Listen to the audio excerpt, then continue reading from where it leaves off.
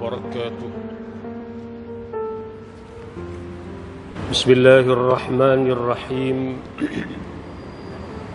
Alhamdulillahi rabbil alamin.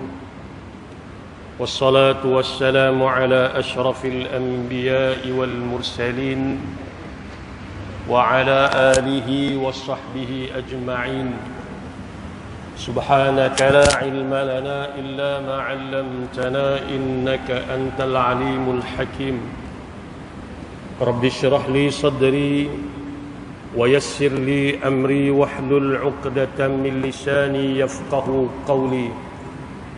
Allahumma arinal haqqa haqqan warzuqna ittiba'ah wa arinal batila batilan warzuqna ijtinabah, amma ba'du. Tuan-tuan hadirin muslimin yang dikasihi sekalian, pertama-tamanya marilah sama-sama kita panjatkan kesyukuran kehadrat Allah Subhanahu wa taala atas limpah kurnia dan keizinan daripada Allah dapat sama-sama kita menghadirkan diri ke rumah Allah pada tengah hari ini untuk sama-sama kita menunaikan tugas dan juga tanggungjawab kita sebagai hamba kepadanya. Mudah-mudahan kita sentiasa dirahmati dan diberkati oleh Allah Subhanahu wa taala.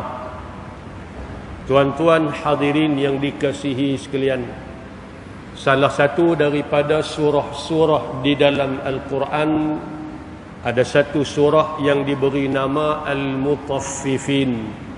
Surah yang ke-83 dan mengandungi sebanyak 36 ayat. Al-Mutaffifin yang bermaksud orang-orang yang menipu dalam timbangan. Dan surah ini surah yang dikategorikan sebagai surah-surah Makkiyah, yakni sama ada diturunkan di kota Makkah atau diturunkan sebelum daripada Nabi berhijrah ke Madinah Al-Munawwarah, atau diturunkan ketika Nabi berada di sekitar kota Makkah, ataupun diturunkan khitab tujuhnya tadi kepada penduduk Makkah, dan diturunkan selepas daripada surah Al-Ankabut.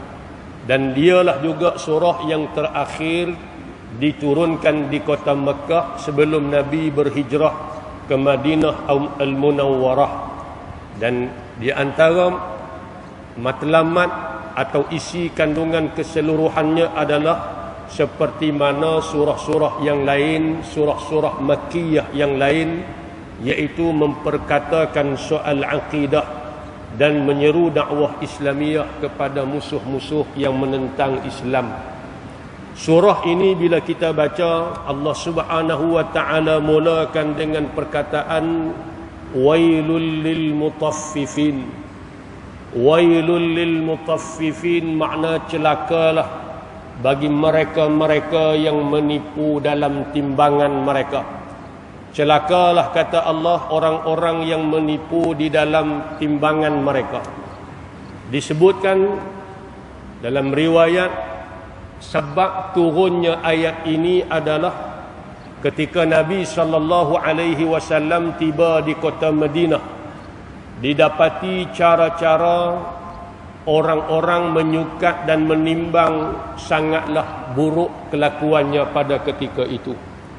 Orang menega pada waktu itu, mereka banyak menipu dalam timbangan.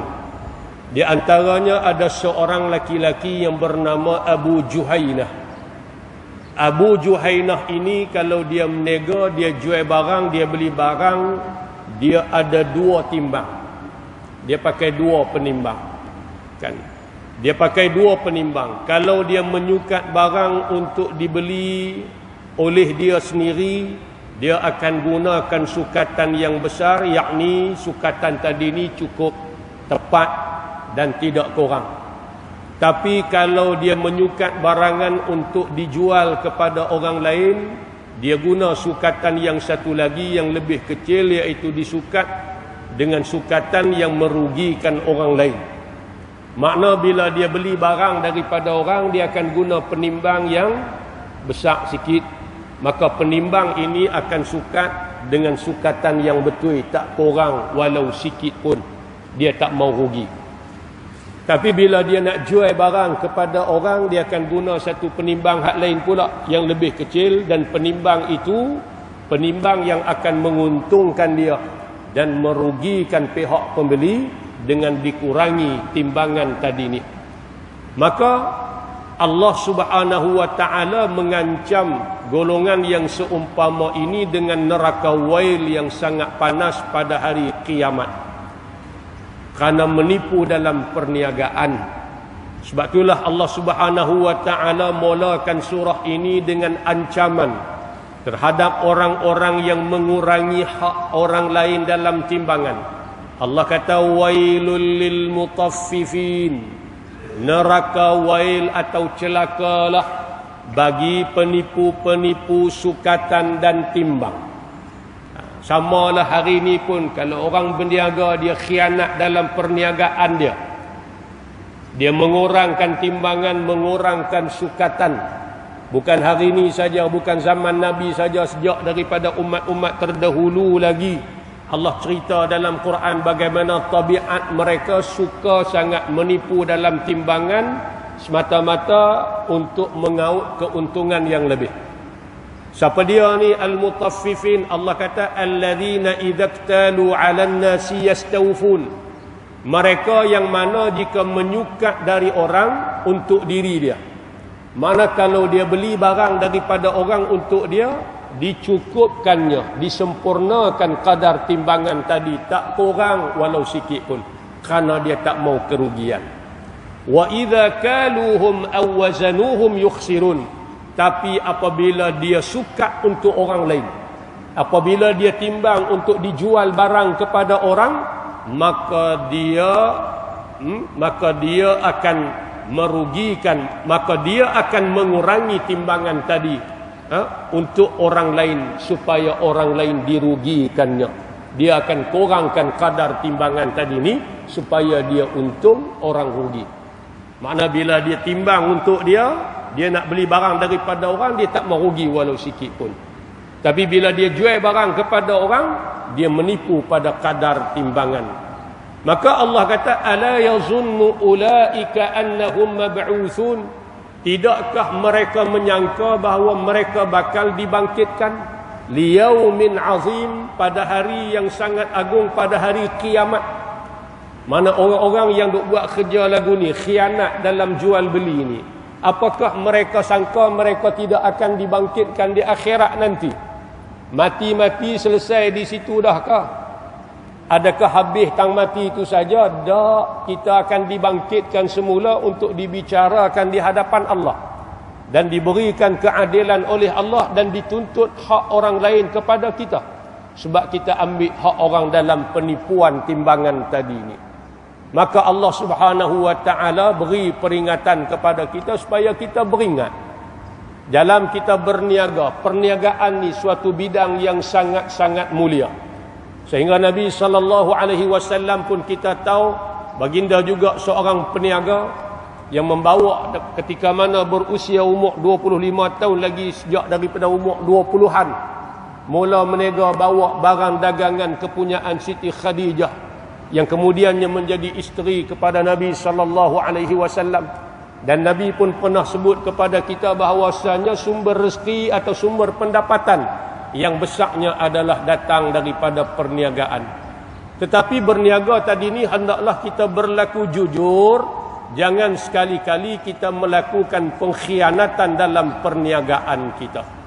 Sebagaimana yang disebutkan di dalam khutbah tadi, itu juga suatu pengkhianatan, pengkhianat ekonomi, sehingga menyusahkan orang lain. Lebih-lebih lagi dalam saat kita tengok hari ini kan, isu yang dibangkitkan masalah gula, kadang-kadang masalah beras, kadang-kadang masalah telur. Bukan barang tak ada di pasaran, barang ada di pasaran, tetapi disorokkan dengan tujuan-tujuan tertentu untuk menaikkan harga barangan. Dan ini akan menyebabkan berlakunya kesusahan kepada masyarakat, lebih-lebih lagi yang berpendapatan rendah, yang tak mampu, rumahnya anak ramai, ahli keluarga ramai. Maka Nabi SAW pun memberi amaran kepada kita. Nabi sebut dalam hadis yang disebut istilah yang disebut juga sebagai al-ihtikar. Al-ihtikar ini makna sebagaimana yang disebutkan dalam khutbah tadi, ulama membahagikan beberapa definisi, pengertian. Yang pertama, Imam Nawawi kata ihtikar ini ialah dengan makna satu orang tu dia beli barang makanan, kemudian dia beli, kemudian dia tak jual, dia simpan pada waktu itu dan disorokkannya semata-mata untuk menjual pada masa keperluan mendesak dengan harga yang lebih tinggi ketika mana diperlukan oleh masyarakat, sebagaimana pada hari ini. Kan? Bukan gula tak ada, gula ada. Bila pihak berkuasa buat serbuan, tengok dalam stor berlambak-lambak gula. Yang orang ni pergi cari gula 7-8 kedai dah tak berjumpa. Hari tu masalah telur, sampai kita nak makan roti canai telur pun tak ada. Roti canai je, roti canai telur tak ada, habis. Kan? Tak apalah, mungkinlah kalau tak ada telur ni kita tak makan pun tak mati. Tapi kadang-kadang melibatkan beras, melibatkan minyak masak, keperluan yang begitu diperlukan, yang disebut sebagai perluan asasi kepada masyarakat. Maka orang-orang yang tidak ada sifat amanah ni, dia fikir aku nak untung, aku sorok supaya harga dinaikkan, nanti aku jual, aku boleh keuntungan yang lebih. Nabi SAW memberi amaran kepada kita. Nabi sebut la yahtakiru illa khati'un. Dalam hadis riwayat Imam Muslim, tidak menyorok, memonopoli barangan-barangan keperluan ini melainkan seorang yang bersalah, khati'. Mana orang yang buat kerja macam ni adalah orang yang bersalah.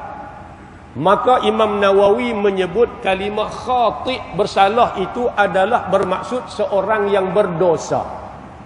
Makna perbuatan menyembunyikan barangan keperluan yang diperlukan oleh masyarakat, atau disebut sebagai al-ihtikar, ini adalah perbuatan dosa.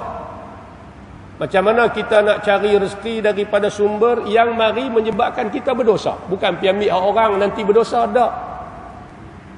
Kita jadi peniaga pun kita terdedah kepada dosa kalau kita buat kerja lagu ni, menyebabkan menyusahkan masyarakat dan sebagainya. Maka para ulama juga, kata Imam Nawawi berkata, di antara hikmah kenapa diharamkan perbuatan al-ihtikar ini adalah kerana memonopoli barangan ini akan menyebabkan kemudaratan yang akan menimpa ke atas sesebuah masyarakat. Masyarakat jadi susah. Kan berlaku macam-macam masalah dalam masyarakat kita. Nak makan nasi beras tak ada. Nak makan ayak, gula, bukan takat ayak kita minum, bahkan ia keperluan asas, sebab tu dikawal harganya, sebab ia merupakan keperluan asas yang diperlukan oleh setiap masyarakat kita. Maka kata ulama, ia akan menyebabkan kemudaratan yang besar dalam sesebuah masyarakat. Al-Imam Al-Kasani rahimahullah kata, pengharaman memonopoli barangan adalah kerana dilihat kepada kemudaratan yang boleh berlaku kepada pihak masyarakat, dan mudaratnya adalah amat besar jika tidak dikawal dan diambil tindakan yang tegas oleh pihak pemerintah dan pihak berkuasa. Sehingga kan kata dia, kalaulah orang ramai masyarakat memerlukan makanan asasi yang disembunyikan itu dan keadaan menjadi darurat, maka orang yang memonopoli barangan tadi boleh dipaksa untuk menjual barangannya oleh pihak pemerintah dengan harga yang munasabah, makna harga yang tidak menekan masyarakat.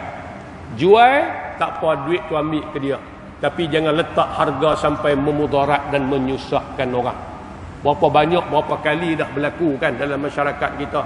Kalau tuan-tuan ingat dulu beras, mereka sorok beras, kita pergi beli beras ni, mula-mula ada tagging harga lama, mereka tempel harga baru di atas. Pi awal tu tak ada. Kemarin pun tengok keluar satu video, kawan tu masuk satu kedai, tanya gula ada gula, dia kata gula tak ada, gula tak ada. Tiba-tiba mari penguat kuasa masuk dalam kedai, gula ada tak gula, dia pergi tunjuk dalam stor, berlambak-lambak gula mereka simpan dalam stor. Ni akibat daripada seseorang yang tidak ada sifat amanah. Bila dia buat satu kerja tak ada sifat amanah ni, kerja apa pun jadi tak elok, tuan-tuan. Sebab tu Nabi sebut dalam hadis, Nabi kata innat tujara yub'atsuna yaumal qiyamati fujjara illa man ittaqallaha wa barra wa sadaqa. Riwayat Imam Tirmizi. Nabi kata orang-orang yang berniaga akan dibangkitkan pada hari kiamat kelak sebagai orang yang jahat. Bukan tak boleh berniaga, jangan salah faham pula. Kebanyakan berniaga-berniaga ni dibangkitkan oleh Allah di akhirat nanti dalam keadaan dia seorang yang jahat. Kenapa? Kerana perbuatan-perbuatan tadilah, khianat dalam perniagaan, menyebabkan berlakunya kemudaratan kepada masyarakat. Kecuali Nabi kata peniaga yang bertakwa, yang ada sifat takwa, takut pada Allah. Bukan memikirkan soal keuntungan dia semata-mata, tapi memikirkan kerja hak dia buat tadi fardu kifayah, tolong masyarakat. Kalau aku tak berniaga, tak buka kedai runcit, payah masyarakat nak beli barang, aku buka, biarlah keuntungan aku sedikit tak apa, tapi paling tidak pun aku dapat menyempurnakan keperluan asasi masyarakat di kawasan aku. Mana sudah tentu akan diberi pahala oleh Allah. Kecuali peniaga yang ada sifat takwa, takut pada Allah, dia tidak khianat dalam perniagaannya, dia tidak menyusahkan orang. Dan juga peniaga yang berbuat kebaikan, ada keuntungan dibuat kebajikan, kadang-kadang untungnya sedikit, hak menega-menega, hak bagi-bagi lagi, dia tak menyusahkan orang, bahkan dia buat kebaikan pula kepada masyarakat.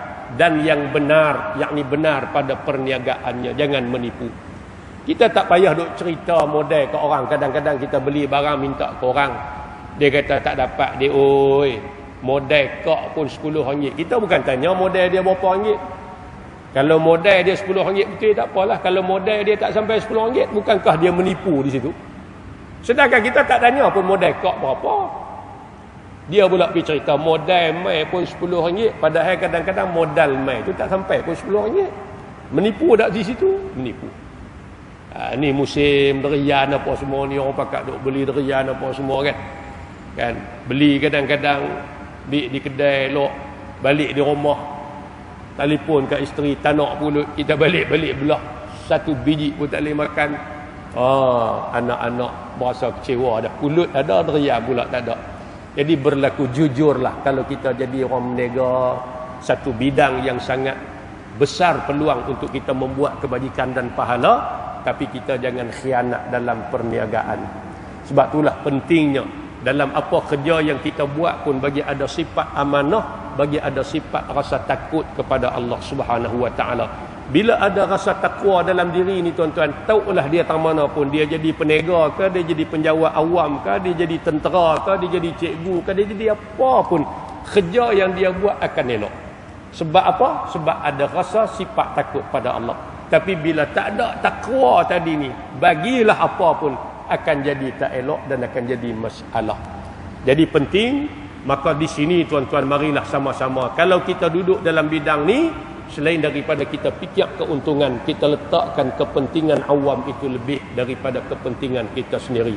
Yang meniaga kita untung, kita ambil untung, bukan kita tak untung, tapi dalam masa yang sama kita fikirkan juga keperluan dan apa yang diperlukan oleh masyarakat, supaya kita dapat menyampaikan khidmat dan menyempurnakan tuntutan fardu kifayah ke atas kita. Mudah-mudahan dengan sedikit tazkirah ini memberi manfaat pada kita bersama, insya-Allah. Apa yang baik daripada Allah Subhanahu wa taala dan apa yang tidak baik daripada kelemahan dan kekurangan diri saya sendiri. Aqulu qawli hadza wa astaghfirullahal azim li wa lakum. Assalamualaikum warahmatullahi wabarakatuh. Bismillahirrahmanirrahim. Alhamdulillahi rabbil alamin, wassalatu wassalamu ala asyrafil anbiya'i wal mursalin وعلى آله وصحبه أجمعين. اللهم ارحمنا بالقرآن واجعله لنا إماما ونورا وهدى ورحمة. اللهم ذكرنا منه ما نسينا وعلمنا منه ما جهلنا وارزقنا تلاوته آناء الليل وأطراف النهر واجعله لنا حجة يا رب العالمين. اللهم إنا نعوذ بك من علم لا ينفع ومن قلب لا يخشع ومن عمل لا يرفع ومن دعاء لا يسمع نعوذ بك من هؤلاء الأربع. ربنا آتنا في الدنيا حسنة وفي الآخرة حسنة وقنا عذاب النار. وصلى الله على سيدنا محمد وعلى آله وصحبه وبارك وسلم والحمد لله رب العالمين. تقبل الله منكم ومنكم تقبل يا كريم. السلام عليكم ورحمة الله وبركاته.